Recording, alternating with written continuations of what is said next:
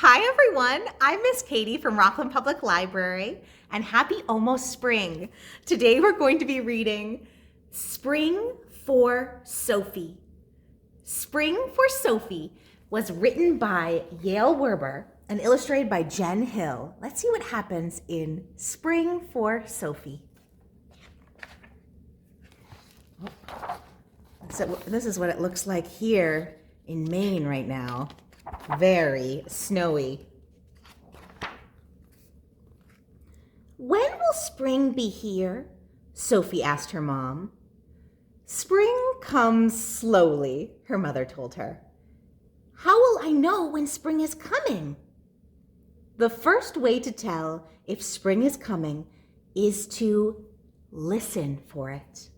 When you hear the birds start to sing their song to each other, that's when you'll know spring is coming. That's what spring sounds like. Has anyone started to hear birds singing? Definitely around here, more birds are starting to talk. So Sophie listened. Who is this? Sophie listened. She listened in the morning when she played with her sister in the snow. And she listened in the evening when she helped her dad collect wood for the fire. At first, she couldn't hear anything, except for how quiet the world was when it was covered in snow. But one day, she walked with her mom to get the mail, and she heard the first chirps.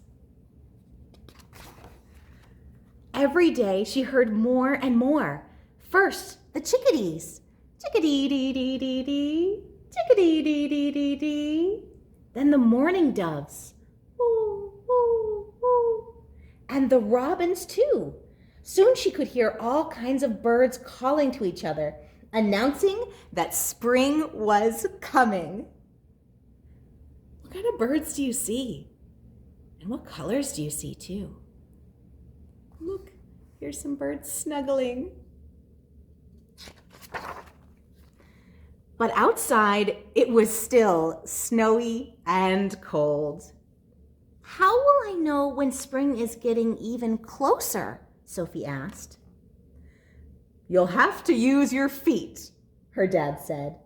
When you start to feel the ground get softer and muddy, that's when you'll know spring is getting even closer. That's what spring feels like.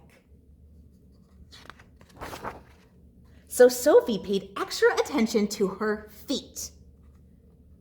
Whoa. When she walked in the woods with her dad, the ground was still slippery and hard, and she had to hold her dad's hand. When she walked Shadow, look, there's Shadow, her puppy. When she walked Shadow with her mom, everything still felt icy. But then, one day, the ground felt softer than before. And the snow was slushier, and pretty soon her boots started sinking into the ground instead of slipping on top of it. Is anyone finding that at their house? Are you starting to squish into the ground? We actually had that before our storm. There was lots of squishing, and I think it's going to be very warm today, and more mud is going to come back. But it's still not spring, Sophie said. And she sighed when she had to put on her hat and gloves to go outside. How will I know when spring is really here? Well, Sophie, you'll have to use your eyes and nose to tell if spring is here, Mom said. You'll have to watch and wait until you see the snow start to melt. And you will have to wait until the air brings a smell of earth and rain. That's when you know spring is here. That's what spring looks and smells like. So Sophie watched. Look, I can see some green grass coming. Sophie watched. She watched as the ice melted off the lake. And as the snow turned to puddles in her yard, she watched as the flowers pushed up from the ground and showed their stems. and she watched as new moss covered the rocks in the woods. She saw the world turn from white to, what color is this? To green. So many different shades of green. Do you see? Here's Sophie and her dog over here. And I even see, what's this? Is there a deer out? And lots of green. And then one day, after the snow had melted, Sophie smelled the air. Can you give a sniff? She quickly put on her rain boots and raincoat and ran outside. Sophie looked up at the sky as the rain started to fall. "Sophie, what are you doing?" her dad called. Sophie stuck out her tongue to catch the raindrops. Can you stick out your tongue?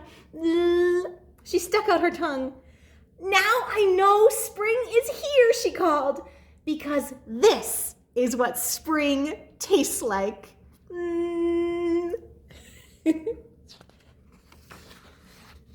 The end. Great listening, everyone. What does spring mean to you? What signs of spring have you found around your house? It's different in different parts of the country, but here in Maine, or different parts of the world too, but here in Maine, we see a lot of these signs. Birds starting to come back, and the snow starting to melt, and lots of mud. What do you see? What do you hear? What do you smell? What do you taste? And what do you feel that shows the signs of spring? I hope you all have a wonderful end of your winter and beginning of spring, and I can't wait to read to you all soon. Bye-bye.